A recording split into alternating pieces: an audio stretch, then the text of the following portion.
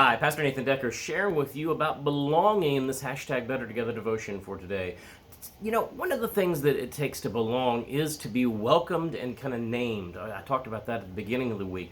A big part of belonging, though, is not just being welcomed, but also being included, being feeling like you are a part of the group as a whole.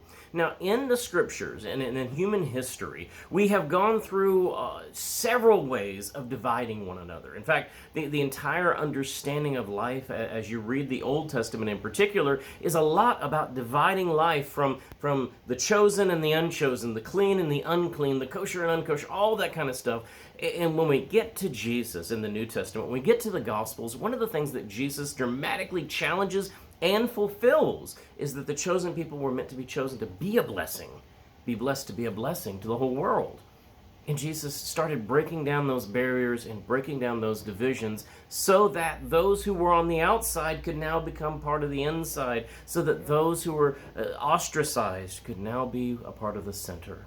And nowhere is this more clearly done than in the book of Acts when Peter is fasting and has that picnic vision of pork chops and bacon and all that kind of stuff, and he encounters a Roman centurion named Cornelius. Now, this is the outsider of outsiders. He's Gentile. He's a part of the power structure. He's a part of the problem from a Jewish perspective. There's all kinds of things wrong here, and yet Peter, in his dream and in his vision from God, senses that this is what our faith is truly about. Not simply welcoming people and then trying to form them in our own image.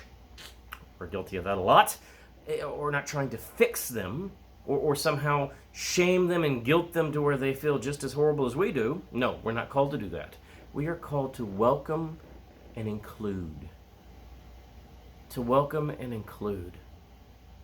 So when someone is different than us, whether they love differently, whether they look differently skin tone wise, whether they have different abilities, because they're on a different spectrum, that is okay.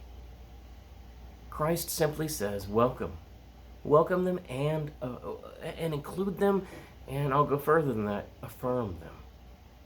Welcome, include them. Make them feel like they belong. Peter does this with Cornelius. Peter does this with the church at Antioch, which, by the way, was all Gentiles for the most part. He begins seeing clearly, and in the book of Acts, he says, I have begun to see clearly that Christ did not just die for the Jews.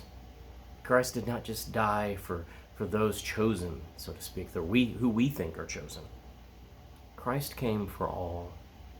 Christ loves all. Let us welcome and let us include fully all to be better together. Amen.